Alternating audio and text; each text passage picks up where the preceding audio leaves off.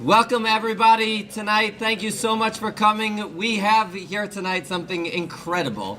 We'll talk a little bit more about it as we go, but I want to just say, I don't know if anybody's done this before. I would venture to say this is probably the largest group gathering of altruistic kidney donors. We have many altruistic here tonight. This may be a record. We have about 175 kidney donors here with us tonight. Woo! That is an incredible number. As incredible as that is, though, that's only about 1/3 of all Renewal kidney donors, which is a remarkable feat, and really a testament to all of you and everything that we as a group can accomplish. I want to start off. I want to introduce we're here at Hackensack University Medical Center. And we are very much grateful to Hackensack for hosting this event. We have here with us tonight at Hackensack, we have the head of the transplant at Hackensack, Dr. Michael Goldstein. Dr. Goldstein, though, is not just the head of transplant here at Hackensack. He also happens to be a very good friend of Renewal. Even before he was here at Hackensack, Renewal's relationship with Dr. Goldstein goes back a long way. And he really is a wonderful, loyal friend to our organization and happens to be phenomenal at building programs, as he has done in a short time here at Hackensack as well. We even have here tonight with us, I believe, some of our Hackensack donors, one or two.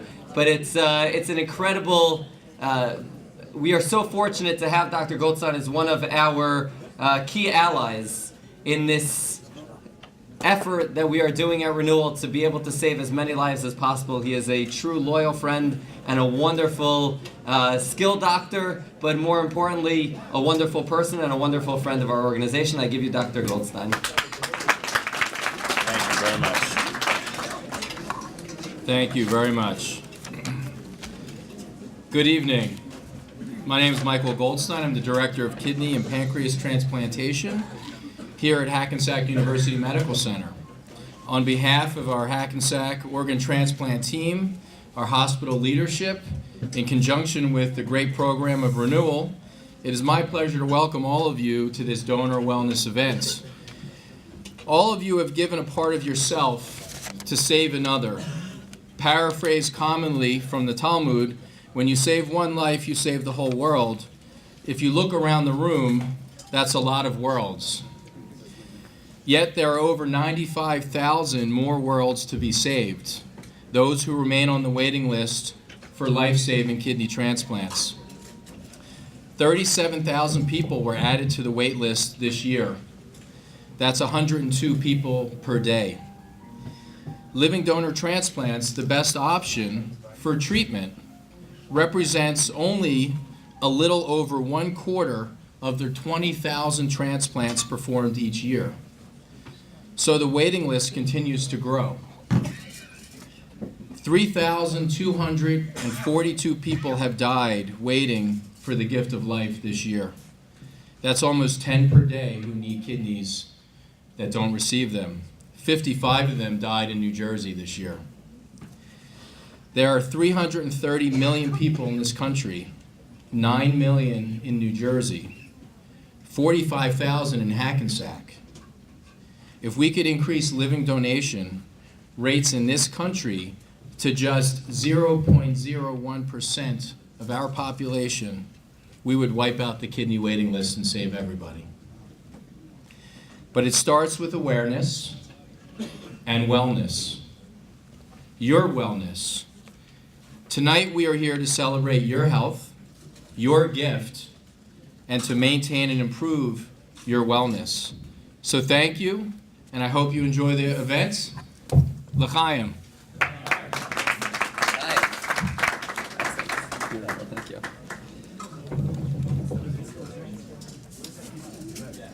As I look out into the crowd over here tonight, a thought comes to mind. Really, it's actually the thought of the Das Hakenim, the Balei Tosfos on last week's Parsha.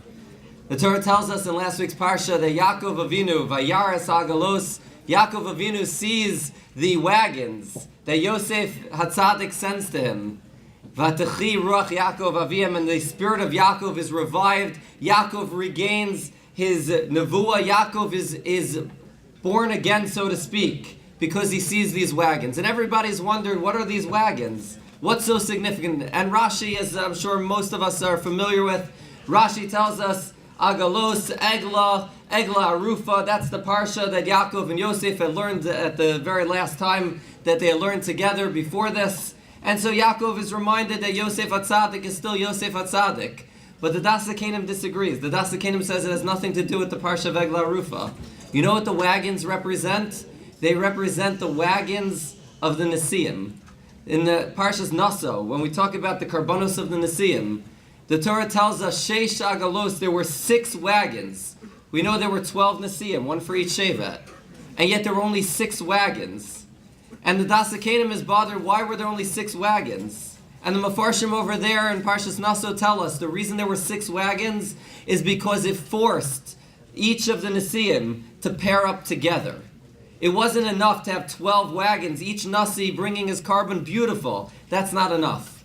If the Karbanos are there without Achdus, without coming together, they're not worthwhile Karbanos. When the Nesiim bring their Karbanos, they bring them together as a group, 2 to every wagon. And when they do that, that's the spirit of Yaakov that is revived. That's Vatachi Ruach Yaakov Aviyam. When Yaakov sees the wagons, what Yosef HaTzadik is sending a message to Yaakov. He's saying, Yaakov, don't worry. Here, your biggest fear. What's Yaakov's greatest fear in life? His greatest fear, Yaakov wants so badly Mita Shlema. He wants so badly that all of his sons, all of his children are Erlich Yidden. But it's not enough just to be an Erlich Yid. What Yaakov really wants is that there's Achdus in Klal Yisrael. That's real Mita Shlema. That's what Yaakov Avinu desires. And Yosef HaTzadik sends him these wagons, and he says, look at the wagons and remember, we have not lost that message. We have not lost the teaching that you, our Father, have taught us to be Ba'achdus. And at Renewal, we are so fortunate, because look around. We have many, many different types of Yidden here, but we are combined.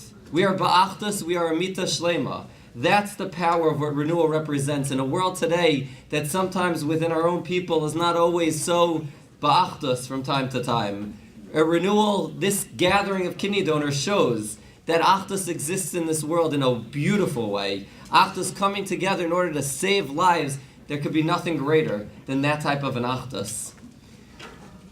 The reason for this event tonight is that all of you have done something remarkable. You've gone and literally saved a life. And that's something that is, commendable is not the right word. It is really a beautiful, beautiful thing. A Renewal feels, not just Renewal feels, we look around at our donors and we understand that these donors, it's not just that you saved a life. You've done something so much more than that. You've been a shining example, not just of the Achdus of Klal Yisrael, certainly the Achdus, but you are an example of what it means to be a good Yid, what it means to be an Erlich Yid. To be able to take that step to save a life is inspiring to so many others. And there are many people that you know of that you have inspired, not necessarily to donate their kidney, although many of you here have inspired people to do that as well.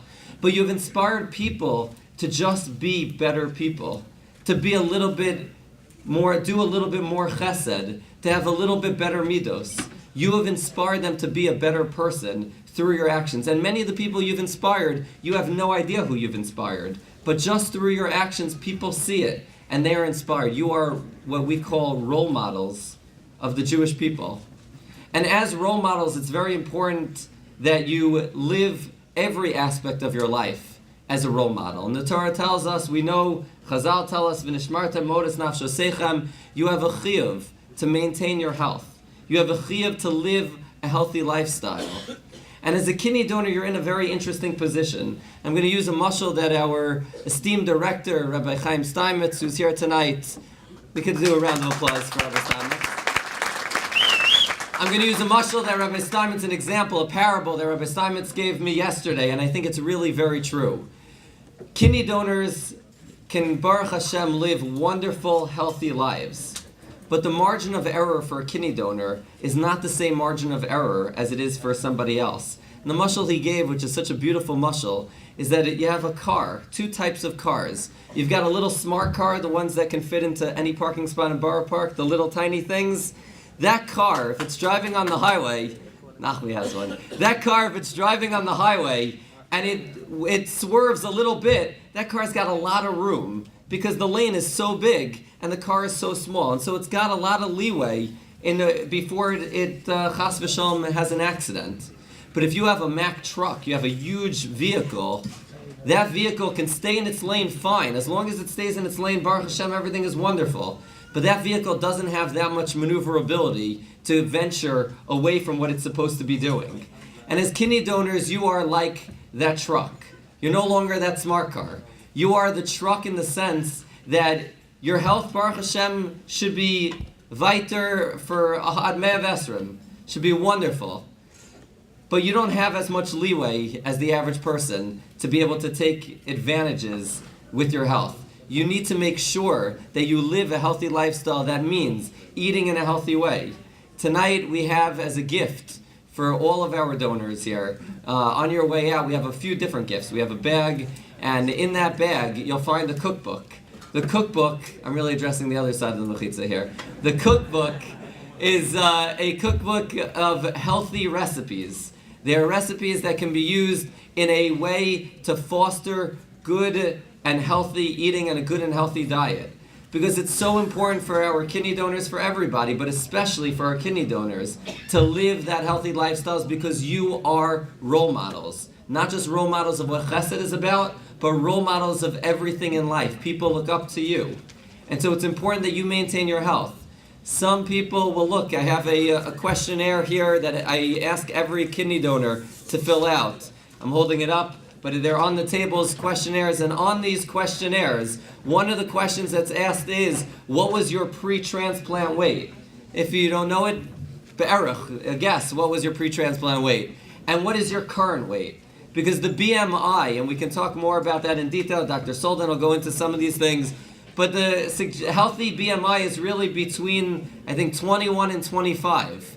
And so for many people, included people here in this room, we need to take this opportunity to really focus our energies on becoming very healthy people. Many of you have donated your kidney, and Baruch Hashem, continue to lead very healthy lifestyles, and Kol HaKavod, continue to do that. But for those who may have slipped a little bit over the years, this cookbook should hopefully help to put you back on track. But if the cookbook is not enough, we also have to give away, for every kidney donor we have, I'm holding it up, we have a smartwatch or a Fitbit-like kind of device. What it is basically is, it measures how many steps you take. And it's a very useful tool. I'm wearing it. It's a very useful tool to tell you, did you take enough steps today? Did you walk a lot? And it tells you how far you've walked. It tells you how many calories you've burned. It's a very helpful thing. And we have two types, actually three types of these watches. We have this watch that I'm holding up right now, which is just tells you basically how many steps you took and how many calories you've burned. And this we have in two forms. We have one for the ladies and one for the men, different colors. We also have one that is a little bit more advanced and sophisticated, that for those who are so inclined will hook up to a smartphone, can actually measure your heartbeat, your blood pressure. It actually can take into account a lot of different things, and you can sync it up with a smartphone, so those who have a smartphone are more than welcome to take those, or to take the other one. But we have these options. I implore you, I beg you, please use them. This is your responsibility to maintain your health and live a healthy lifestyle, and to continue to go on being those role models that each and every one of you is, and God willing, will continue to be. I want to introduce for our next speaker, I want to introduce really the focus of our event tonight. We have a few different key speakers. We heard from Dr. Goldstein already, and we'll have a few more to come. But one of our key speakers tonight is Dr. Soldan. Dr. Soldan is here in Hackensack. Dr. Soldan, I'm not even going to go through his medical pedigree. He's a very well-accomplished doctor, very bright individual, but that's not why Renewal loves him. Renewal loves him because Dr. Soldan is a wonderful person. He's a person who embodies what it means to be b'chesed. He's a person who lives, and he doesn't like when I'm saying these things, I know that, but I have the microphone, and so it's tough luck for him. But Dr. Soldan is somebody who Renewal counts on, somebody who Renewal is very, very close with. In fact, our newest, not newest thing, but one of the things we've changed, for some of you have been the beneficiaries of this, other of you have predated this, which is the swab of the cheek. We no longer require the actual blood test to see if you're a match. You have to do the blood test, of course, in the hospital, but we no longer require you to go find the phlebotomist or the EMT or whoever it is can take your blood. We now simply swab the inside of the cheek.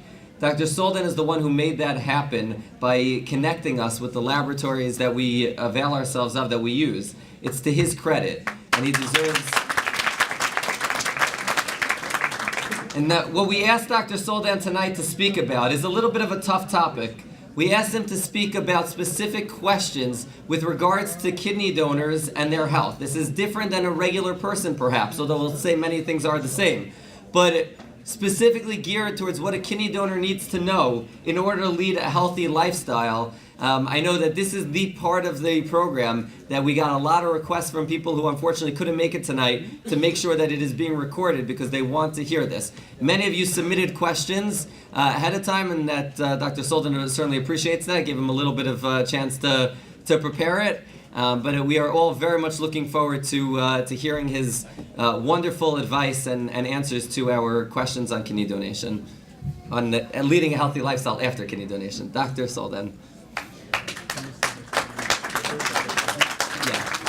After Dr. Soldan speaks, we will have a speaker, a Yiddish speaker. So for those who don't understand everything that's taking place right now, we'll have somebody who will be able to incorporate some of these things following Dr. Soldan's speech.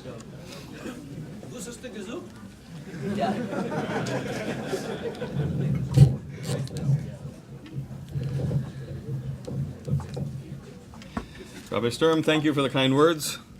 Well, they're not necessarily all true, but thank you for the kind words anyway. Welcome everybody to Hackensack. We are so excited and proud to host Renewal and so many donors here at our hospital.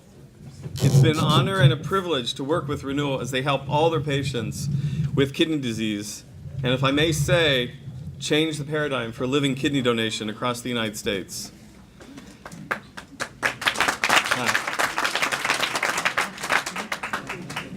I am a general nephrologist here in Hackensack. My office is right up the street, and my partners and I work closely with the Hackensack Transplant Center.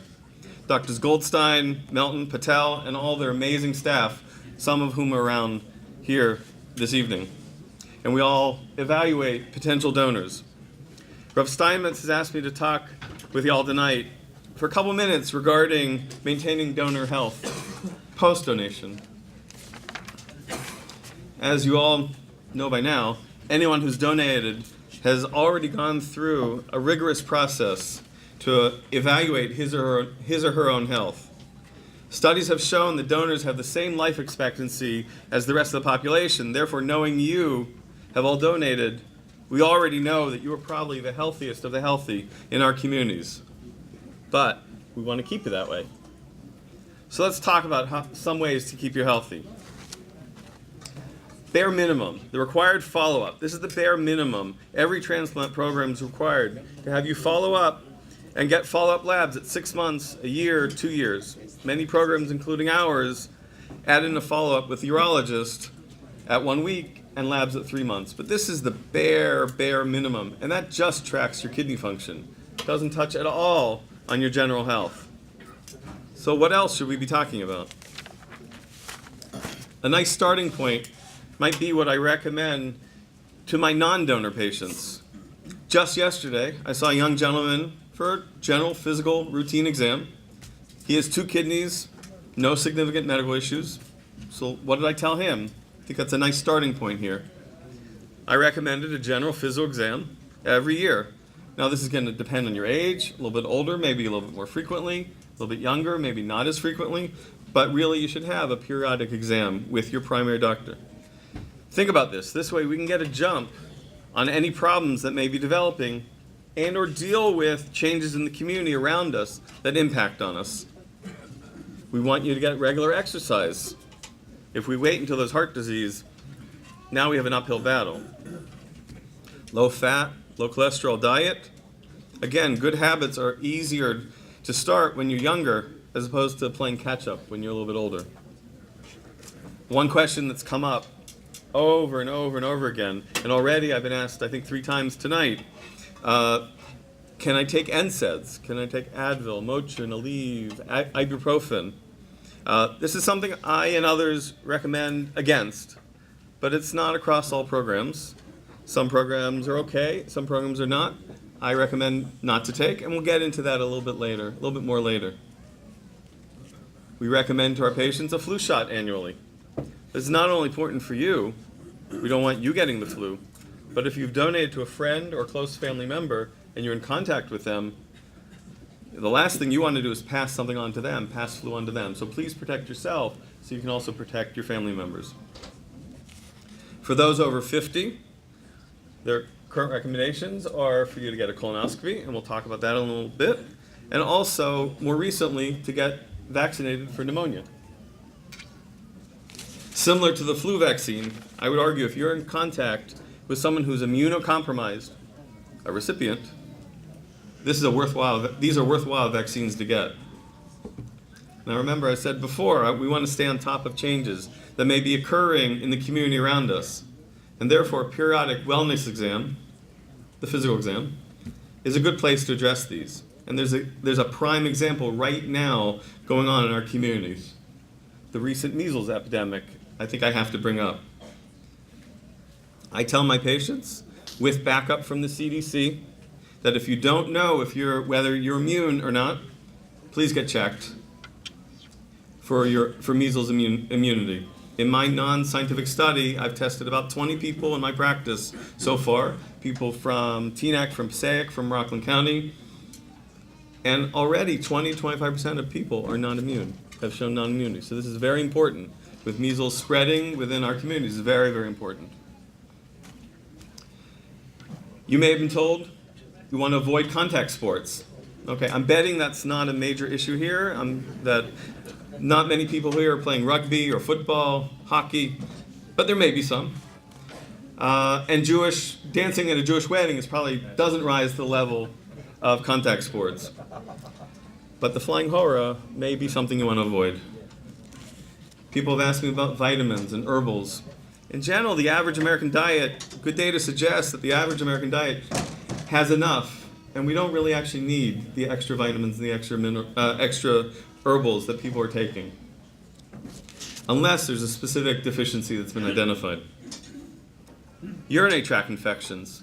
This is something you want to be on the lookout for. If you develop symptoms of urinary tract infection, this is something we want in someone else. They might wait, they might say, oh, let me see if it passes. In someone with a single kidney, this is something we want to know about sooner rather than later. So call your primary doctor if you're having symptoms. Now, other questions people have asked me. You can see this is really, overall, this is just general health. You are just like the rest of the population in many aspects, except for a couple, and that we're going to start getting into. People have asked me about fasting on a single kidney. That's something that comes up, especially in our community. Can I fast? So I was asked this several years ago by a donor from a local community who was very upset. He was told, oh no, he can't fast. I went to 2 of the top nephrologists in the country. Menachem, you may remember these emails going back and forth. And they both responded, it is okay to fast. One of them even shared with me a study. Now get this, the study was fasting in Saudi Arabia during the summer for Ramadan. Okay, not exactly applicable directly to our population. However, if you think about it, then actually not so far from what we do on Tisha B'Av or Yom Kippur. And it's sort of at the same level. And the study said it was fine to fast. There were no problems with the single kidney. That being said, please make sure to eat and drink beforehand and after so you don't become dehydrated. We talked about colonoscopies for those above 50. And that is important. This has become the gold standard here, and certainly in this area and across the United States, for screening for colon cancer. If you're already above 50, you've already had that just going into the donation. But one thing you may not realize is the prep. And the prep is something that we as nephrologists talk with our patients about. Remember that stuff you had to drink, or that you can imagine people drinking? Yes, I heard someone not upset at the prep over here. This is a question I get all the time. What preps are allowed? There are certain preps that we do not want you to take. And I tell my patients, please don't take something that contains sodium phosphate. Fleet's Phos-Soda, Fleet's enemas, or another form of that. There's been an association with kidney problems with those. So as we hit 50, keep that in mind. Are there routine diet restrictions for a donor? Well, we want you on a heart-healthy diet, but otherwise, no. We don't have restrictions. Alcohol. I have already been asked once. I know I got an email from Rev Steinmetz about this. Is alcohol use okay? I don't recommend excessive use, but moderate use of alcohol is considered okay. Yes. Someone asked me specifically about Kiddush, and certainly a glass of wine, a shot of whiskey at Kiddush is considered okay. I don't have a problem with it. Smoking. I don't know how many people here are smokers. There are programs around the states that do allow donors who smoke to donate. If you have donated and you are still smoking, I'm not going to ask, please don't raise your hand, but please stop. Please stop because of your general health. Please stop because of your cardiovascular risk, your stroke risk, your vascular disease risk, your cancer risk. Please also stop because smoking is associated with a faster decline of kidney function and increased risk of kidney disease. So of all people, if you've donated, please stop smoking, if you are one that is. This is what I said recently to a potential donor that came to see me. I said, take advantage of this process. By donating, you will save your friend's life. But by stopping smoking, your friend, whose life you will be saving, will have just saved your life. He came back to me, and he went from 4 packs down to nothing. I'm inspired by him, just that alone, that he was able to do that. I've been asked the question about pregnancy after donation. Now, for this half of the room, I can't recommend getting pregnant. The other half of the room, after the first several months after donation, there shouldn't be a restriction in terms of getting pregnant. However, I at least recommend that you're under the care of an experienced OBGYN. Let's get to a couple questions, specific questions that I've been asked. A couple emails have come through. Feeling cold. A number of people have mentioned that they feel cold after donation. I had never heard this about donors. I asked one of our urologists who do the donor nephrectomies. They thought maybe it was a coincidence. As I'm thinking about this, I remembered my having minor surgery years and years and years ago, and actually I remember for the first probably month or two feeling cold. It then went away, but I remember that. I don't have an explanation for that.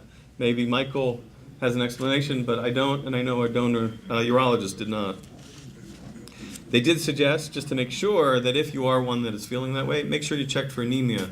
Talk with your primary doctor about getting checked for anemia, because that can sometimes do it. But you shouldn't be anemic after donation either, but it's something to get checked out.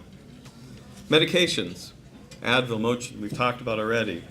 In general, I advise not to take, but that's not across the board in all programs. There are programs that don't necessarily restrict, but I would still keep it to a minimum.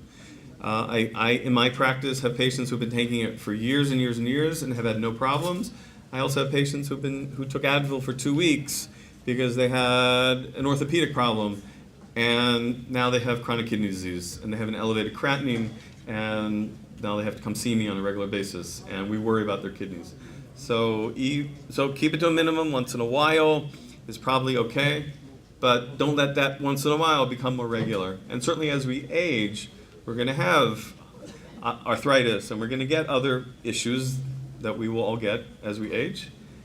Be careful, because keep remembering that you are a donor, and you have to be careful of those meds. I'm sorry? Aspirin is not considered a problem. So in fact, a lot of people, as we age, are put on aspirin for heart health. That is not considered a problem. Tylenol is considered acceptable as long as you don't take more than what you're allowed to take on the bottle. Are there other meds we should avoid? We don't really restrict other meds. Do I need to tell my doctor about meds? Do I need to tell my doctor that I'm a donor, or do I need to call up the donor program to ask about the meds? In general, you don't, other than those pain meds that we talked about. In general, you don't need to. In fact, and there shouldn't be a dose adjustment for antibiotics and things like that, because your kidney function, starting out where you were and donating, should still be good enough that there shouldn't be a need for adjustment in medication doses. Exercise. I'm a kidney donor. Since I donated, when I go swimming or biking, if I overdo it, I get nauseous. Is this normal? This is another question that we were asked. What can I do about it? So I had not heard this. I asked one of our donor urologists, and he said, actually, exercise, if you overdo it, you will become nauseous. That's very common. So don't overdo it, but please keep exercising. We want you to be active. We want you to be exercising. We want to keep your heart healthy, and we want you to maintain a good weight. Blood donation. I was already asked tonight. Someone emailed also that they want to donate blood, but yet they've been turned down a couple times for donating because they're anemic after the donation. I have not seen this except for now these questions, and I don't see a reason why that should be the case. So this is something that, if it's continuing, I would recommend that you see your primary doctor and get checked out for that. Bladder. After my kidney donation, I find that my bladder seems to fill quicker, and I have to urinate more frequently. Does a kidney donation affect bladder size or function? Again, not a medical question on my end, but I asked our urologist, and they said bladder size should not be affected by donation. But they suggested maybe it's very common that people are told they need to drink and be well hydrated after donation to protect that kidney, and it's quite possible that people are drinking a lot more and not realizing how much more they're drinking, and therefore they're urinating more. So the urologist that I talked with suggested keep a food diary, keep a voiding diary is what they call it. So you write down what you ate, what you drank, and when you ate, and when you drank, and you do that, and you write down when you urinated, and see if that can be correlated. If it doesn't correlate, that needs to be checked out. Fasting we talked about. And one other question was, in terms of diet, can you explain the cumulative effect of eating animal proteins on a daily basis? Why is this bad as compared to vegetable proteins? I'm not sure I can answer that because we don't necessarily restrict, although we do recommend that people shift from red meat to poultry, from chicken to chicken, from chicken to fish. Fish is considered beneficial for cardiovascular health. So these are things that we want to push toward. In fact, I was asked for the menu, and I said maybe we should get a fish dish up here. So, and the fish is excellent, by the way. Let me end. Those are sort of the major questions that I got asked tonight. Some of the emails that Rav Steinmetz and Menachem Friedman sent to me. But let me end this little talk just with a little couple words of Torah.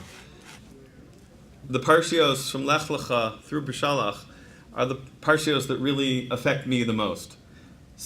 May sound strange. That may sound strange because the whole Torah affects all of us. But these parshios, for some reason, really hit home to me. When I'm in shul, if I'm doing something else, I'm trying to catch up. I'm davening something else. I'm trying to get my kid to do something.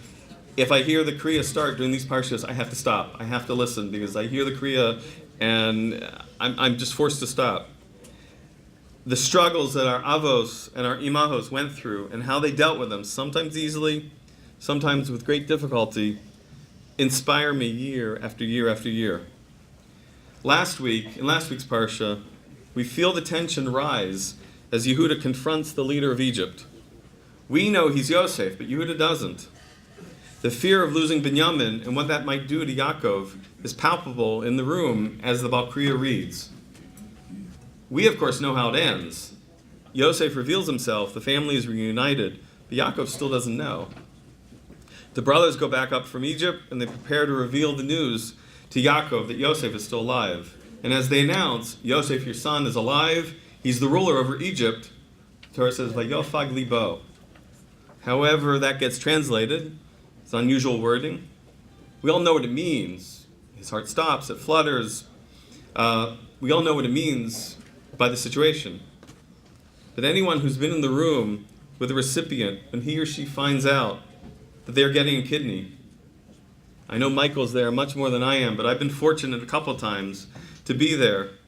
You know exactly what Vayofag Libo means, because you've seen that in the face of a recipient. To see the realization come across the face of a dialysis patient that he or she is getting a kidney and will no longer be tied to a machine, they will be getting their life back. That is to witness Vayofag Libo firsthand.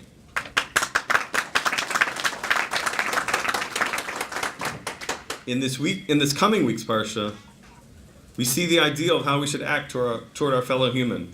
Yosef's sons, Ephraim, Menashe, two brothers who, even though they were flipped by their grandfather, did not argue and allowed the other to have his own glory. At times, it seems our world is so fractured and splintered into so many different groups, different interests, different political camps, different spots along the religious spectrum. Put it in the words of Tanakh, different shvatim, different tribes. We argue, we fight among ourselves, and I get depressed about the world we live in. Yet along comes, I wrote here 500 plus, but I'm told it's 550 donors. Yes.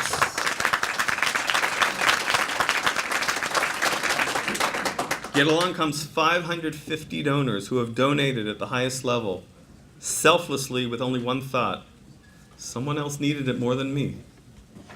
And you, all of you, remind me that this world is still a good place, and remind all of us that we are still Am Echad B'Lev Echad. It is said that the world continues to exist only in the merit of Lamed Vav, or 36 righteous people. I would argue that maybe 36 really should be 550 and growing. Because all of you remind this man standing in front of you how even he can be inspired, not just by our avos, but by people right here, right now, right in front of him. Thank you for what you've done. Please stay healthy. And thank you for listening.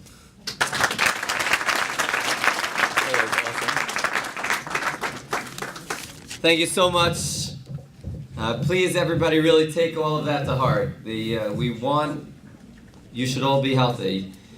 Please make sure to fill out the questionnaire. Again, I want to remind everybody, you can give it in on your way out. We're not done yet, but you can give it in on your way out when you get your gift bag, but I just want to remind everybody to please fill that out. And you'll notice that the food tonight, thank you to Two Goodman's Catering, the food tonight is all part of this idea of eating healthy. You'll notice the grilled chicken, the fish, but we do have dessert.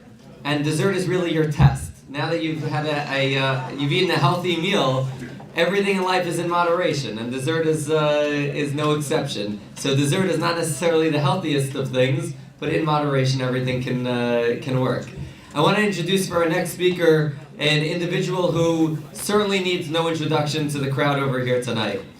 This individual is without whom none of you would be here tonight, none of us would be here tonight celebrating this amazing idea. And this is the person without whose vision Renewal never would have started. And that is our founder, our chairman of our board, Mendy Reiner.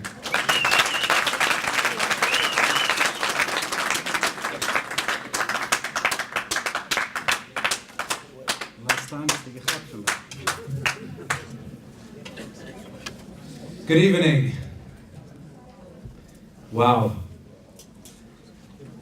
Being in a room with so many people with only one kidney. Woo! You are 1 in a million, literally. In America, there's about 350, 330 million people. Think about it. You're close to 1 in a million that donated a kidney. That's something. World record. Give yourself a round of applause. Stand up. Show the world what a Kiddush Hashem. 550 transplants in 12 years. Just this past year. Close to 100 transplants. We would have reached 100 transplants, but unfortunately, 3 were canceled last week. 100 transplants in a year, Rabbi said. 97 transplants. Thank you.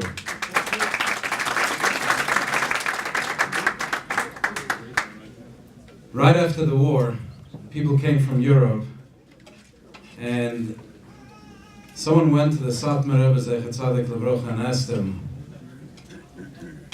Europe was wiped out, yeshivas, rabbonim were killed, there was nobody left. Who should I go to for a bracha?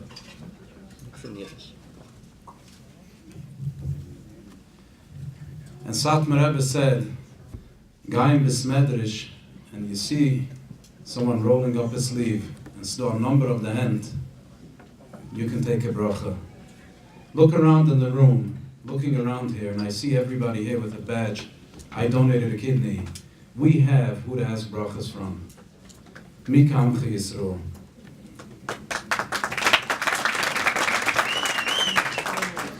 So we're at this health event. So I'd like to just mention the Florida Marathon coming up. For those of you who want to take this health thing to the next level, you can run your head off. I'd like to announce a special thank you to 2 people that are here from Florida, Zelda and Abigail. Thank you very much for being there and taking care of the Florida Marathon. I'd like to invite, sorry Sandy couldn't make it, he's at a convention in Florida, but I'd like to invite my partner, Reb Chaim Steinmetz, to be here near me. Reb Chaim.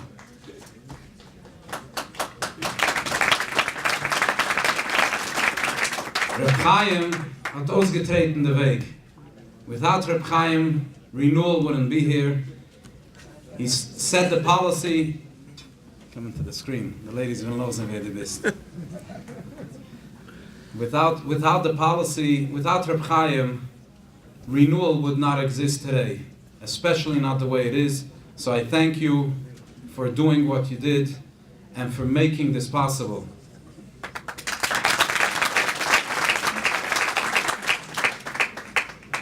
At a recent staff meeting, I think it was the last day of Hanukkah. So I'm talking to I'm giving a little speech to the staff, and I'm telling the staff how Mendy Reiner Geitengas mentions she, the founder and chairman of Renewal. But it doesn't happen with Mendy Reiner. It happens with our staff. Reb Sandy Ornstein, Reb Chaim, Duvet Shisha, AJ Gindi, Rabbi Josh Sturm. In our new addition, Reb Moshe Gewurz, who's also a kidney donor, Reb Aaron Feder, Rivki Gottman, Toby Feder, Esther Noe, Malka Weiss, Hannah Greenfield, also a kidney donor, Miss Pirlau.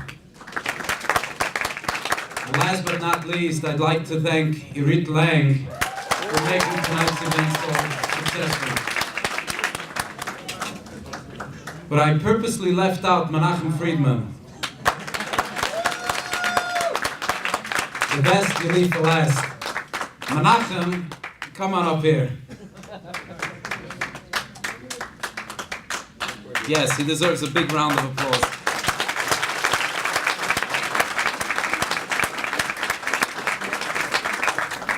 Menachem just turned 10 in Renewal. It's 10 years since Menachem joined. And I remember before Menachem joined, we did 7, 12, 14 transplants. Menachem joined and this thing took off like a rocket ship. Very professional. All of you who have dealt with him, wissen wer Menachem is. Menachem is dedicated. Auf hem zoekt men. Arbeitet 9 zu 5 and volunteert van 5 bis 9. Nach was testing himself now to give away his kidney, no? He doesn't have time. So I'd like to give Menachem a gift. Thank you very much, Menachem. Thank you, thank you.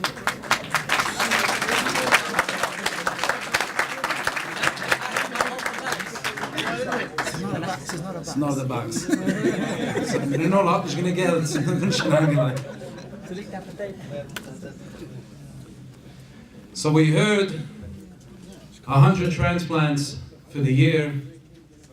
So I told the staff, you want to know where we're going next year? With your dedication, we're aiming for a lot more than that. But most of all, just like I told the staff, I tell all of you, you want to help us reach the 150 transplants? Go out there and share your story with people. Don't be embarrassed, schämt sich nicht. Und wenn Sie verschulden suchen, halt sich stolz. Der zahlt's der Masse. Share your story. This is the only way we're going to reach 150 transplants. And I'd like to close out with a very, very, very special person. Whenever we need blood drawn, you can always reach out to a company to do it. It takes them a week to come out, even if you pay top dollar. And then there's one person that you just reach out to him, and it's done. And 3 hours later, the blood is at the lab on 67th Street in York. I wollte darauf bringen, auf Schmierleib Feder.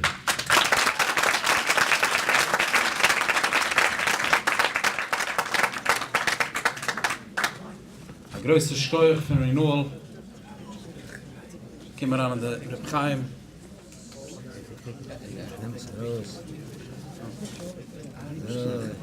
Shkoyach. Thank you, and have you saw Take a picture, get the picture.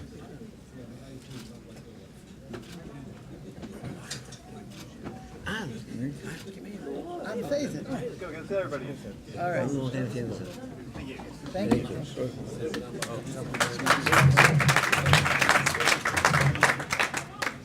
Thank you, everybody, and thank you for making Renewal what we are today. Shkoyach.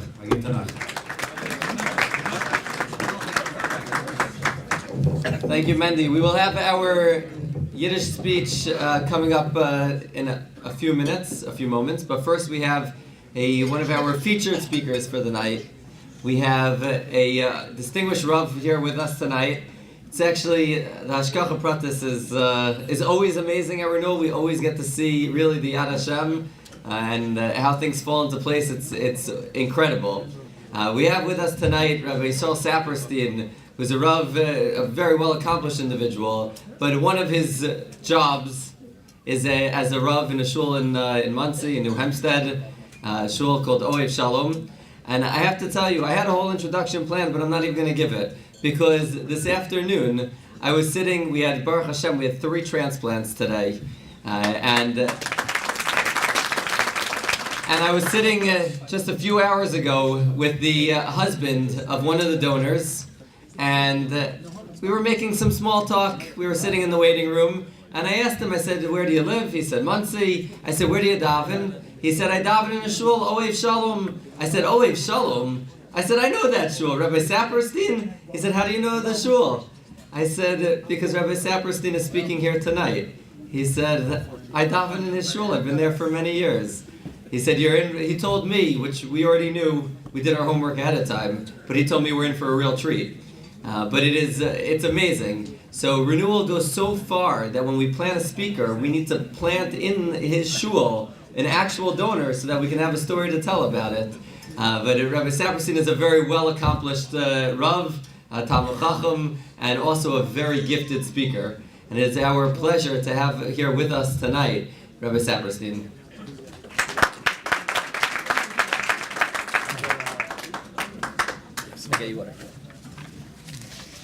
The truth is, although I've been speaking in many places, in many forums, I'm a little bit nervous tonight because I've never spoken in the presence of so many Gedolim.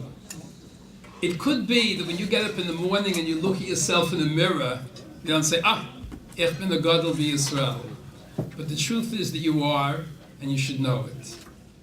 This Shabbos afternoon, we're going to start Parshas Shmos, and in there we're told a little bit about Moshe Rabbeinu and what makes godless. The first thing we're told about Moshe is Vayigdal Moshe. Moshe becomes a gadol. Vayetze el achav. He goes out to his brothers. Vayar b'sivloisam, and he sees their suffering. And Rashi tells us, Nosan eino v'libo lios meitzer aleihem. They wanted to feel the pain of the Yidden, so he went out to see them. And because of that, it's Vayigdal. That's why Moshe Rabbeinu is a gadol. And in that sense, all the people gathered together, both the ladies and the men, are gedolim, in that they felt the pain of another person that needs part of their body. And they were able to overcome all the obstacles involved when the person decides he wants to offer part of his body to save another human being. So when you look at yourself in the mirror in the morning, you should know it's been a gadol. And if your wife is the donor, you know you're married to a gadol. This is something that should accompany us and should be a source of pride in our lives. And you should realize that the fact that you have transcended your own interests and felt another person's pain, this is what's going to bring Mashiach Tzidkenu. Later in the Parsha it says, Vayar Elokim, that HaKadosh Baruch Hu saw and took notice of the suffering of Klal Yisrael, and the Geula begins. And Rashi there says, Nosan Aleihem Leiv. HaKadosh Baruch Hu focused his heart on the situation of the Jews. The Alta from Kelm, the Groiser Bal Musar, said, it's not a coincidence, the similarity in Lashonos, that Rashi said, Nosan Eino V'libo Lios Meitzer Aleihem, that Moshe Rabbeinu applied his heart to feel the tsar, and that HaKadosh Baruch Hu reciprocates. Moshe Rabbeinu, as it were, awaked a feeling in Shemayim to feel the tsar of Klal Yisrael and brought the Geula. Every Yid, when he transcends his own narrow self-interest, and when he decides to do for somebody because he feels their pain, that's what's going to bring Mashiach b'mehera v'yameinu. That's why you were all gedolim. But I understand that the focus of tonight's gathering was to make sure all of our gedolim are healthy. We know when there's a gadol in Eretz Yisrael, they send over surgeons from all over the world to help him. So you're also gedolim. In this case, it's in your ballpark to take care of yourself. Now, I heard one of the doctors mention about the dangers of smoking. I wasn't planning on speaking about this, but I have to tell you this is one of my pet peeves, that in the frum world, smoking is tolerated. The truth is that there are many shals and chuvas, both in the Hasidic Eilim, the Be'er Moshe, and the Debetzina Rav, who says that smoking is asur. And he struggles with the fact it's true, there were rebbes that in the past smoked, but he still says halach l'maisa, it's asur. Rav Moshe Sternbach in Chuvas Van Hagas mentions that there was a Rav in Eretz Yisrael on his deathbed from lung cancer that gathered together Talmidim and said, please go out into the streets of Yerushalayim and organize a program for smoking cessation, because I'm afraid when I get to heaven they will judge me as a suicide, as a ma'abed atzma ladas, because I smoked. And there is a long list of paiskim who all tell us that smoking is asur. But the problem is, it's a tremendous desire and a tremendous taiva. I'm a Rebbe in a yeshiva where we have high school and post-high school boys. Many of whom go into Eretz Yisrael come back smoking. So I was looking for an eitzah because I spoke to them. They can't sit a seder without smoking. And they told me, Rebbe, I'd like to stop, I just can't. And I studied hypnosis because I know it worked with my shig Allah shalom. And I found that although hypnosis has its limitations, it's not the answer for all things. I hope the doctors don't jump on me, but for smoking, I can tell you that it has very, very good results.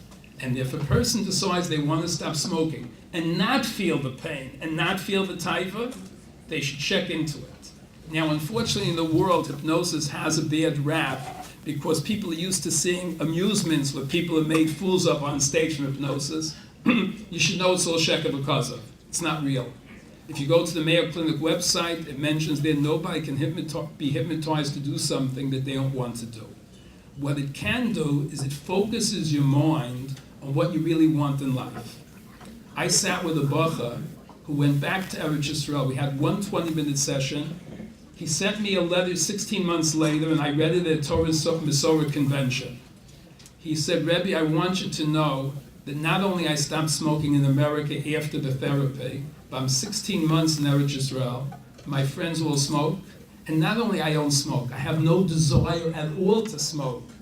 Because you put into my mind that when I look at a cigarette, it is a coffin nail. And I see it b'chush. I see it in front of my eyes, even if I want to hide from it. When I look at a cigarette, I see a coffin nail. And Rebbe tell the world it works. And therefore, I decided to go off of my notes and just share that with you.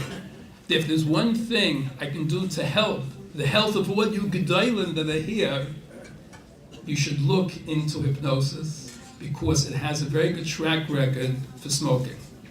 If anybody's interested in diet, I found it's not so effective for that because you can demonize a cigarette psychologically, you can't demonize food. But for smoking, if anybody is himself involved or knows somebody else that is, they should look into it. Now I'll go back to my notes. You don't have to be a Moshe Rabbeinu to be Mo'er Rachmei Shemayim, because there's a medrash that says, when the pasuk says, "HaKadosh Baruch Hu saw," it was referring not only to Moshe Rabbeinu, but to the rest of the Jews. There were Jewish slaves that at the end of the day saw other slaves that were missing in the total bricks that they had to produce, and they, after a day of back-breaking work, would voluntarily help other slaves. And that's what brought the Geula. But the common denominator is our feeling pain of other people. That's what will bring the Geula. I'd like to look at a different area that's very relevant to our gathering. Every Shabbos in Nishmas we say, V'chol levavos yira'ucha, v'chol kerev uchlayos yizamru l'shmecha. Our hearts are in awe of HaKadosh Baruch Hu, and the kidneys sing to your name. I would like to know, what song do kidneys sing? We have some nephrologists here. I don't know if they can tell us. The niggin was Mordechai ben David, Avram Fried. But Rav Avigdor Miller's approach, whenever it says that nature sings to HaKadosh Baruch Hu, he interprets it as meaning that when a human being contemplates the intricacies of human biology, they are moved to understand the great chesed that HaKadosh Baruch Hu did in creating our bodies. The kidneys sing because they motivate human beings to sing. That's the normal way to explain this. But in this gathering, I think there's another pshat. The kidneys that you have donated in the body of your recipients sings v'ahavta l'reach hakamoicha. And you can imagine a world where there are thousands of people walking around with donated kidneys. The biggest testimony to this beautiful trait of v'ahavta l'reach hakamocha. And that's the kloyos, the yizamru l'shmecha.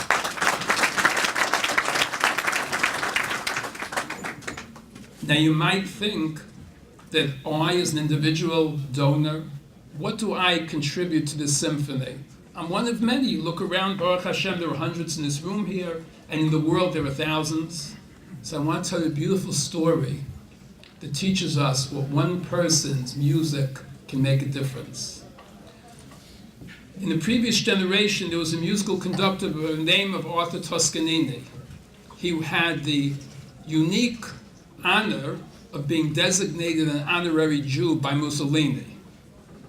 Mussolini didn't mean it as a compliment. But when Toscanini refused to conduct a symphony with the fascist national anthem of Italy, so Mussolini was so upset, he said, we're going to designate Toscanini as a Jew. Now this honorary Jew had a very interesting story with one of his biographers. There was a fellow who was writing a book about the life of Toscanini, and Toscanini gave him time and access. But one time Toscanini tells his biographer, tomorrow night you can't come, I'm busy. So he said, what are you busy doing? He said, there's a very elite symphony that's going to take place in Europe, and I'm going to be glued to my radio. This was in the olden days we had radios, or Skype. I'm going to be glued to my radio to listen to the symphony. So the biographer said, I understand I can't speak to you. Can I watch the maestro listening to the symphony? So he said, fine, but you have to give me a word. You won't say a word during the symphony, which he did. And the next night, after the symphony was finished, the biographer mentioned it really sounded beautiful. To which Toscanini answered, yes, it sounded good, but the symphony was missing the 12th violinist. So the biographer asked, what are you talking about? You heard this through the radio, and there's a 120-piece Philharmonic orchestra, and you're telling me that you can notice that there are 11 violinists instead of 12? So Toscanini said, check it out. So the biographer contacted his contacts in Europe, and he said to the next day, Maestro, you were right. They were missing a violinist. One of the violinists got sick and couldn't come. How's it possible you know? So he said, I am a master conductor, and I can note the nuances of each human being in that symphony. And even if there are many violinists, if one is missing, I know.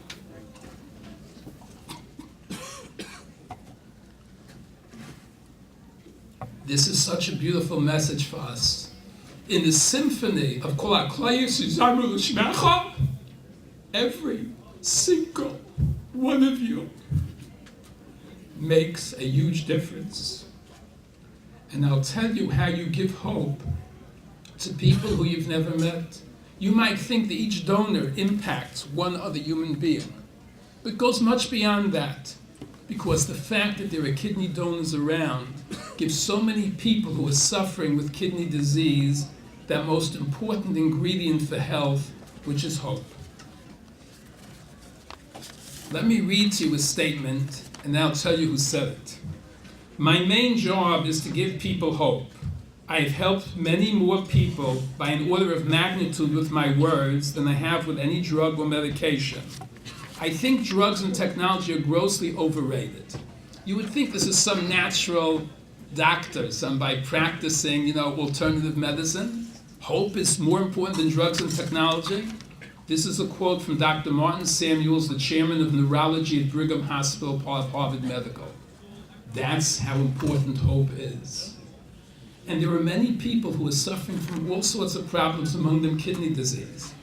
And when they know that there are people like you out there, it gives them hope. And hope can make a tremendous difference. The greatest of doctors in Jewish history was the Rambam Maimonides. And let me share with you a story that's from the Me'am Lo'ez about the Rambam. The Me'am Lo'ez records that the Rambam is a great chief physician in an Arabic or Islamic court in Egypt. Obviously had many jealous people, other doctors who wanted his position. And they challenged him to a duel, a medical duel. How do you arrange a medical duel? The terms of the duel like this. Each doctor creates the most potent poison, and he has to create a way to counteract the poison. And each one will drink the poison of the other doctor, and he will have to have in advance made drugs to counter-effect the effects of the poison. The Rambam accepted this duel and said, not only I accept it, but I will drink your poison first. So, Dr. X comes in the next day to the king's court with his poison. The Rambam drinks the poison and immediately faints. His medical student, Talmidim, dragged him away. They brought him to an office where he had the potions ready to counteract the poison, and Baruch Hashem, it worked. And the next day, the Rambam is ready to administer his poison to the challenging doctor. So listen to this. The Rambam asked the king if there were any inmates who were scheduled to be executed then. He said, yes, there were. So he said, bring the inmate into the royal court. They brought the inmate in who's going to die anyway. Then the Rambam's students brought in a big crate. And they said, in the crate is the poison. But the poison is so potent, even smelling it will kill people. So the students distributed rags to put around the heads of all the people assembled there that they shouldn't breathe in the poison.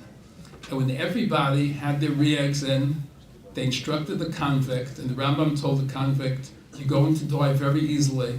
Just open up the crate, there's a jug. Unseal the jug and take a whiff, and without pain you will pass into the next world. And that's what the convict did. And the doctor, who was going to have to drink this stuff, looks at the convict who just took a whiff of the poison and died. And he said, oy vey, you don't even have to drink this poison to die. Just by a whiff you're dead. And he obviously was very nervous. And then the Rambam takes away the rag around his mouth, and he goes to the jug, and he picks it up, and he said, Your Majesty, would you like a drink? So the king looked at him appalled, like, wait, crazy? To which the Rambam said, it's sugar water. There's nothing dangerous here, and the Rambam proceeded to drink it.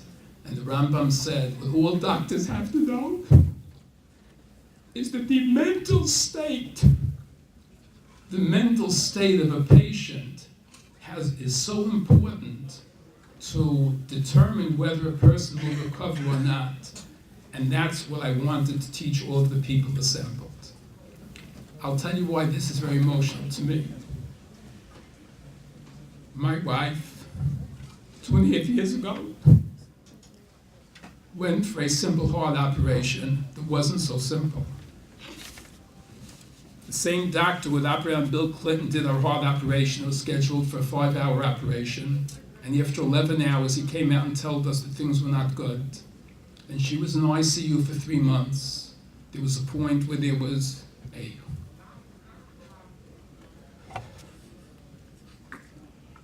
a metal pump put in her heart, and we were resigned to live the rest of her life with wires coming out of her stomach. And I was trained how to change the dressings all the time. And that's what we thought it was going to be. But to the miraculous Chesed Hashem, she recovered her heart. And they explanted the pump, which never happened in Colombia's history. But after so many months in ICU, her kidneys had failed. And she started on dialysis. And we left the hospital after 5 months in Colombia, 3 of which were in isolation in ICU because of her infections on top of everything else. And she was on dialysis, and for months Hatzalah used to take us 5:30 in the morning because she was so weak that she couldn't negotiate 4 steps to go to dialysis 3 times a week. But in the back of our minds, we still had hope, because we knew that there are people like you, and that when she gets strong enough, that she'd be able to have another operation, that maybe there would be a donor. HaKadosh Baruch Hu, B'rov Rachamav, made the second Tchias HaMesim, and after 6 weeks home, to the surprise of our nephrologist who claimed this could not happen, she regained her kidney function. But I remember, and part of me still lives in that ICU room. I remember the importance of hope. And every day I whispered into our ears, you have to know HaKadosh Baruch Hu is going to get you better. That bodies have miraculous facilities for healing. And one day, although you can't move, and she was on 12 drips on 3 poles with an LVAD and an RVAD pump in her heart. I said, one day we're going to go to the Kaisel and thank HaKadosh Baruch Hu. We came back. It was Parshas Lech Lecha 2016. And 6 weeks later, as I said, she regained her kidney function, even though the doctor said it couldn't happen. And 2 years later, this pierced Parshas Lech Lecha. We went to Eretz Yisrael and to Tzfas. In Tzfas, she walked up 56 steps from an apartment carved in the side of a mountain. The message is hope. Hope and the understanding that there's nothing beyond HaKadosh Baruch Hu's ability to do. That's what gives people chizuk. And you're a part of that chizuk. Doing what you did gives hope to many thousands of people you won't meet in your life. But you should know it's real. And therefore I thank you, Gedolim, for all your caring, each one of you, a Gedola or a Gadol, for caring, for bringing about Rachamei Shamayim. And even if we don't see a Geula klali, there are individuals all over the world who have their own personal Geulas. For the fact that you fill the world with the symphony of a Kol HaKloyos Yizamu L'Shmecha, that kidneys are singing all over the world, V'yahavta l'reacha kamoicha, and for the hope that you give to so many sick people. And for you being a light and a beacon of warmth in a time where people are growing emotionally cold and distant and unfeeling, and human interaction is being relegated to digital bits and bytes, you show the world that there are warm, caring, and pathetic human beings. And in the schus of what you did, may Hashem bless you with gesund, with health, and with simcha, and your heart's desires, because you have made the world a better place for all of us to live in. I thank you from the bottom of my heart.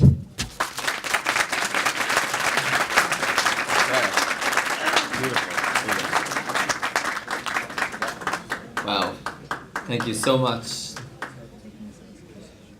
I saved a thank you for towards the end of our program, although our program's not over yet, but I saved a very important thank you for towards the end because I wanted everybody to appreciate the thank you that what this thank you is. I want to thank all of the people that helped out tonight in volunteering, not just the Renewal staff, but we have a lot of volunteers that helped out to make this event possible, whether it was packing bags or coordinating rides and I want to especially mention, she doesn't like when I mention her publicly, but I'll do it anyway. I want to especially mention Mrs. Esther Friedman, who is not just for tonight, some of the goodies that are in your bag are thanks to her, and her partner, her husband over here, who is a wonderful individual as well. But Esther really, I have the mic so I can embarrass her, but she always goes above and beyond getting Renewal things that we need, things that you have all benefited from, whether it's heating pads or abdominal belts to give out to donors in the hospital. So a tremendous yasher koach to all of our volunteers and to Esther Friedman, chief among them. We could do a round of applause for that. Once again, I want to remind everybody on your way out, please fill out the card and give it in when you get your gift bag. Please don't leave without your gift bag for all donors. We also have, I'm going to introduce our next speaker in a second, but following our Yiddish speaker, we're going to have dessert in the, I don't know how to call it, around the corner over there. There will be dessert set up, a very nice dessert. There also is a photo booth. Some of you have taken advantage of it. Please, everybody, take advantage of it. Take pictures. It's a very nice thing. We have a very cute cutout that says that it's a kidney donor taking a picture. Really cute thing. So please, I encourage you to all do that as well. Our final speaker of the night is at Renewal we're very fortunate because our donors come in all different forms. And we have many wonderful donors from many different backgrounds. And we're always very fortunate when we happen to have a donor who also happens to be not only a Rav and a Talmid Chacham, but also a good speaker. And it is very special for us to be able to have a donor of that caliber to address, and especially for this item specifically, to be able to address in Yiddish. It is our pleasure to introduce one of our donors, Reb Yoli Meisels.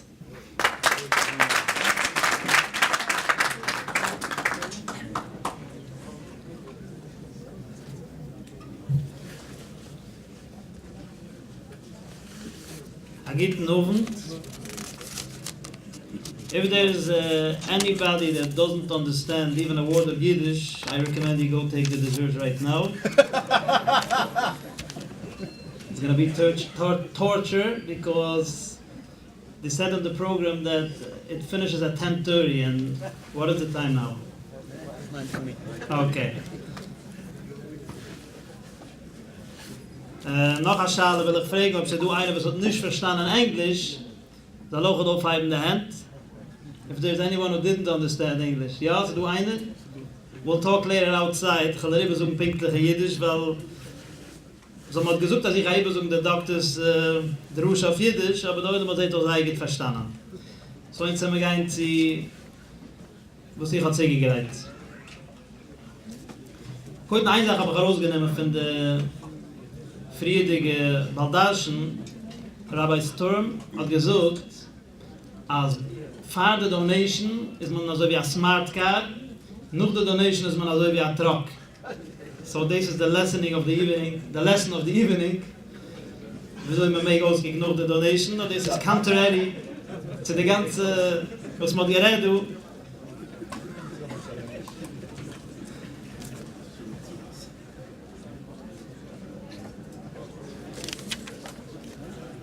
Jetzt will ich mich vorstellen.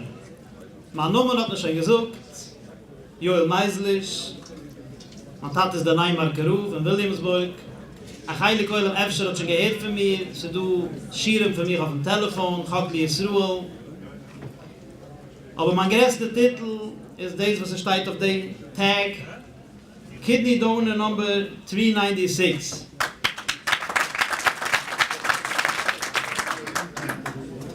Jeder Mensch hat sich in seinem Leben verschiedene Dates, wo er gedenkt an viele mit einem Schluff. Sein Geburtstag soll besser gedenken, sein Weibsgeburtstag noch wichtiger. Der Tag, was mit Gassen geht, auch sehr wichtig. Wenn es geworden nach Taten, also weiter. Noch hat sich jeder Mensch in seinem persönlichen Leben auch in verschiedene Dates. Ich lamuschel vor ein Jahr habe ich mich gezeugt von Brooklyn, kein Monsi, kein Spring Valley, es ist ein Major Development in Life, es ist immer eine ganze Mischpuche mit 10 Fusches und sich Leben gezeugt.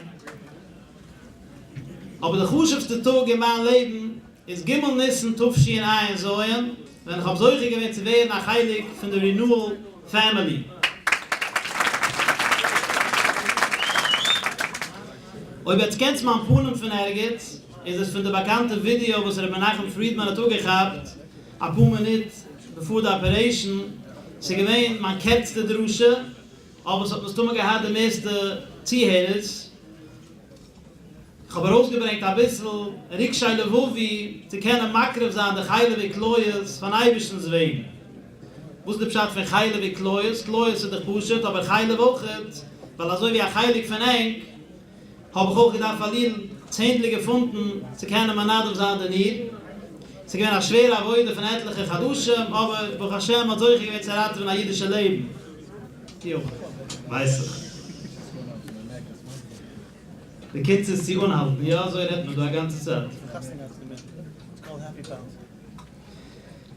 Ich will mich aufstellen, aber nicht. Ich will Maske sein, mein Recipient, Achushe wie Jid, aber non shal Kedoshim, was noch alles nicht im Ganzen herausgekrochen von allen Problemen.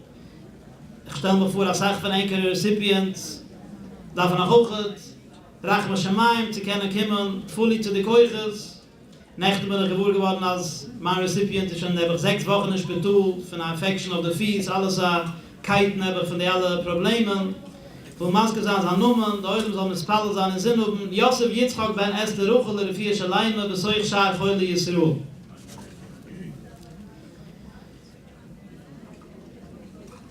Mit sich zusammengekommen Hand nach, herauszuweisen, Akuris hat auf einer von den Zweiten. Aber heute, ich habe mal getäubt sein, von der Kusche von Adwohnen, will ich mich persönlich bedanken von den Mitgliedern für Renewal. By the way, ich habe früher gesagt, von Menachem Friedman, ich habe invented an einen Namen, sie tun den Malach Refuel, den Malach Gabriel, und sie tun den Malach Renewal. Sie sind alle den Malach Renewal, wo die so viele Menschen helfen können, zu einem neuen Leben. Ich kenne nicht jedes Nummer, was für die ausgerechnet nehmen, aber als Spokesman von den Donors will ich auch darauf bringen, den Namen von den paar Menschen, was ich habe gehabt als Scheiches mit sein, bei meinem Journey, der Chaim Steinmetz, und ich denke noch alles, der Surprise ist umgekommen damals bei der Day of Inspection, was man sitzt dort, habe ich einen ganzen Tag gespielt mit allen meinen Tests, ist umgekommen mit der ganzen Bag für feine Mesoines. Und von was gedenke ich, es also geht, weil man nicht noch dem, aber bekommen bei Fehler, sich bis verlieren Pfund. Und Ja, sie geworden, ich komme schon verholen bei Peisler. Rabbi Nachem Friedman, Rabbi Dovachisha, Mrs. Noe, en Rabbi Feder. Rabbi Feder hat een spezielle Gisch, zitten treffen pinklich, was jeder Mensch darf. Jetzt ist es keine Eidesung bei Enk, und ich habe es gesehen bei mir. Bringt nicht von jedem derselbe Päckl von Zeitungen und derselbe Mine Essenwerk. Interessiert sich für den. Was hat der Mensch lieb zu sehen? Gilliones, Zeitungen. Pinklich, welche mir ein Eiscreme hat lieb, es ist sehr personal, es ist sehr professional. Jetzt, wenn es hat sich gehandelt über Mann, eine Duve, aber gehabt eine starke Gegnerschaft, ich glaube, was andere haben auch gehabt, für eine gewisse Note mit Sprüche, was haben mit Chille nicht also in Masken gewähnt. In meinem Fall ist es gewähnt, man hat so sein gesinnt, ich blame ihm nicht, ich wollte getein dasselbe zu machen sehen, es ist eine schwere Decision. Man hat es dort gerät, man ist gegangen zu Rabunem, Dayunem. Der Macke bepatisch ist gewähnt, wenn er zum umgeriefen kann Antwerpen, der Peschawarske Rebbe. In der Empfer ist gewähnt, kein Heilischner. Ich habe den Zettel bei mir in Tag sah Demmels, das haben wir auch geschrieben, der Luschen, was der Gab hat immer gesucht. Hat er gesucht also, Baruch Hashem, als hinderte Menschen die in das Hand, gemacht alles, geht er durch, beschulen mit Beschalbe, und er hat sie gelegt, als sie da beginnen von einem Sides Neif, für Sachen, was ich darf nicht suchen, du, von den Menschen, was weißen, dass es ein größer sich ist. Und er hat gesagt, dass Oibechoscher ungeklärt, also ich will das machen, so ich mich gestricken habe, das ist der Weg, wo der Rebbe empfiehlt, und er hat ungewünscht, soll durchgehen mit Schule. Wo sich aber rausgenommen von dem, als die alle Jiden, die sind gegangen fahren mir, die alle, knapp 400 Menschen, die sind durchgegangen, die Procedure fahren mir, sei sind gewähnt, was haben ausgetreten von mir persönlich den Weg, nur ein Dank, was hinderte Menschen haben das gemacht, und sind durchgegangen bei Schule, habe ich gekannt, weiter vorausgehen. Darf ich mich bedanken, von den alle Jiden, die sind gegangen fahren mir, wo es ein Seiers Christ, habe ich gekannt, vorausgehen mit dem.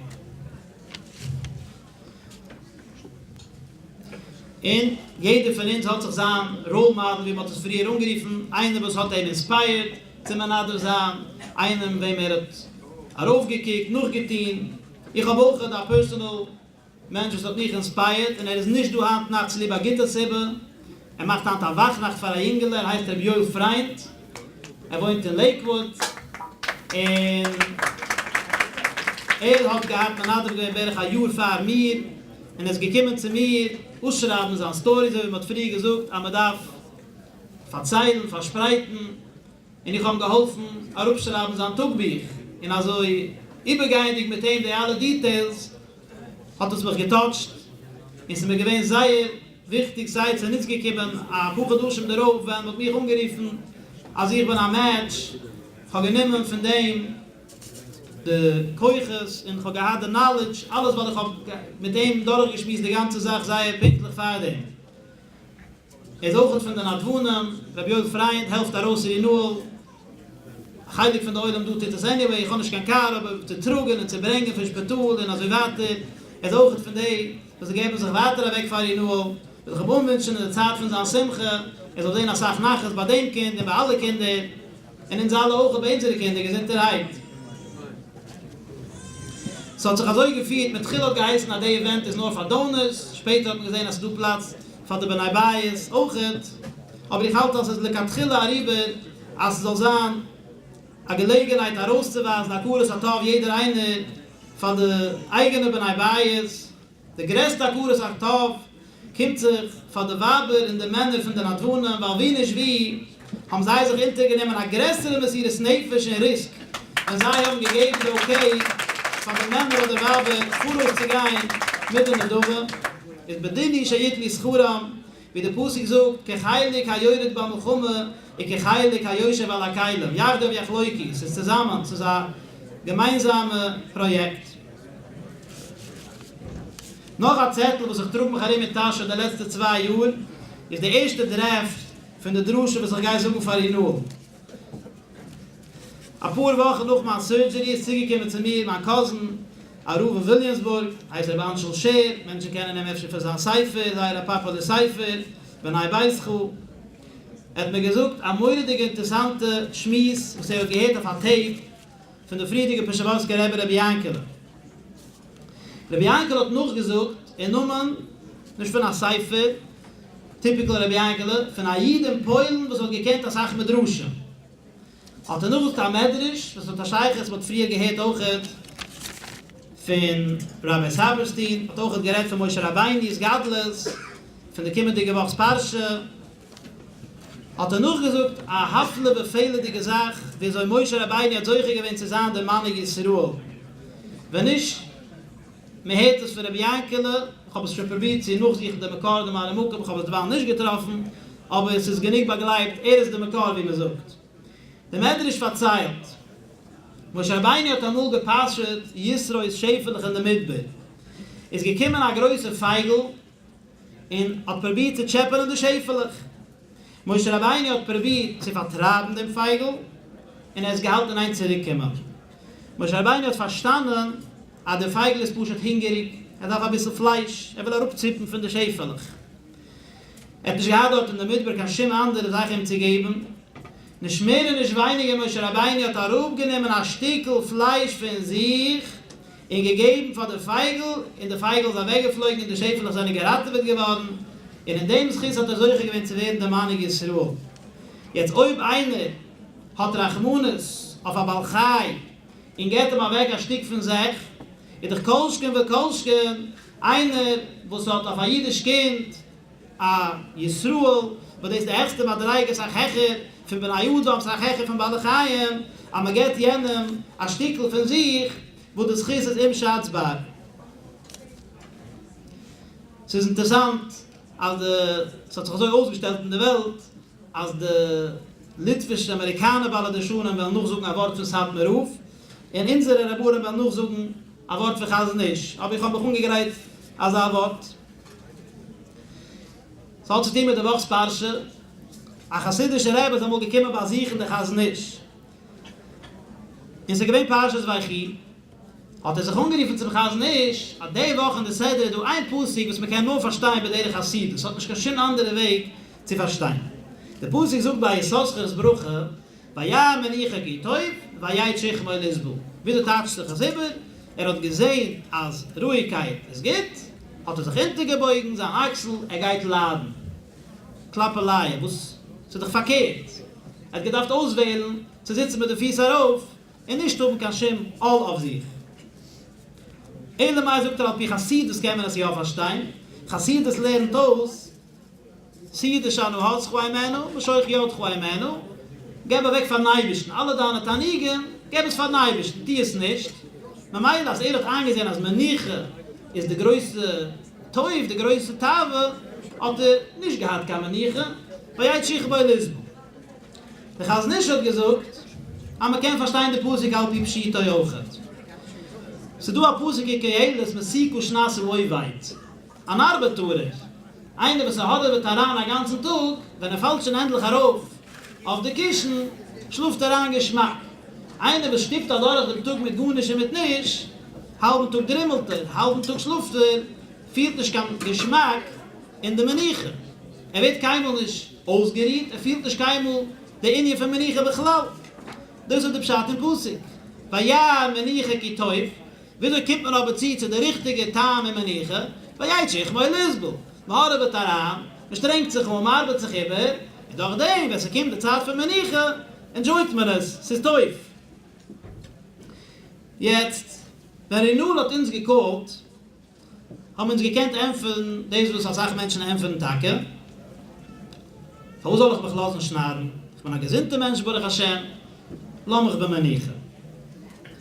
Aber, also wie alle versammelte Dones du kennen, Eide sogen, und es du kein größere, Meniche, Ruhigkeit, Zufriedenkeit, wie Jesus beweist, als man andere nie funktioniert jetzt bei zweiten Jid in Kerper.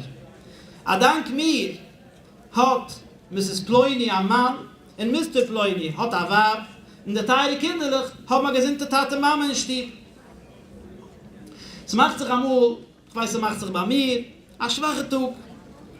Spielt nicht, wenn man etwas auf, man dreht sich, man freit sich, es wird gut nicht erledigt, lass mal so rief an Regen, die gesinntig. Man spielt an der Tug, es etwas teufelisch, alloi nevere. Und als er Zeit ist passig zu geben, a Tracht. tracht der Rega ran auf den Recipient, wo sein ganzes Leben hat zu verdanken in seine Dove. Lass uns sagen, in sie tun nicht so mir da gelungen, haben wir uns aber auch heilig in jenem Stück, in der Tug für seine Kinder, für seine Einiglich, für seine ganze Mischbuche, der Gedanke können uns geben, die richtige Maniche, was Simche. Ich kann es heim sein, mit noch ein Maß, was ich gehört von dem Haus nicht. Ich habe ein Geschwisterkind, wo sie dreht sich als Sachen stieb von der Maschgier, Reb Don Segal schlitte. Hat Reb Don noch gesucht von seinem Vetter, Reb Chaim Brim, sich reine Lebruch, gewinnt der Rosh Hashiva in Square. Pflegt hoch mal Kvies, zu fuhren jeden Donnerstag von Jerusalem, kann Benaibarak, ich meine, dass das steht stimmen, habe ich es geht aufgehabt, zu reden und lernen mit dem Chasnisch. Ich habe gewinnt Kvies gelaufen, eine lange Zeit, und Menschen am Ungeheben, Chappen, als fuhrt gesagt, sich durchschmissen, hat man mitgeschickt als Gures, Maske seiner Keule, Fragen als Schale. In der Zeit ist ausgekommen, als gehabt so viel als Gures und so viel Schales auszuschmissen, sie kann nicht geblieben, wenn sie reden und lernen. Hat gefragt, und kann sie nicht. Soll ich einfach aufhören bringen als Gures, einfach soll man kommen, nur zum Lernen? Hat ich nicht gesucht, der Werte. Teure ist nicht Chochma. Teure ist Neshama. Wie größer die Neshama, als mehr versteht man Teure. Wieso wächst die Neshama? Durch dem, was man dit geistet. Hat ihm geheißen, soll weiter Mamschach sein, die geistet mit jüdischen Kindern, bringen sie als Gures, und in dem es geistet schon verstehen besser sein Teure, schon ich darf mal so viel Leben freien. Soll der Eibischter helfen, als uns alle, wo uns aber solche gewähnt, zu tun, dem größten Gemilles Chesed, begif, soll man solche sein, tage zu aggresseren in Schumme, und sie sollen uns zieh helfen, Lilme, de Lamme, Lishmer, Velazes, in Lekayim, bis uns aber solche sein, zu der Gelische Leime, beim Heide, wie mein Jumai. Amen.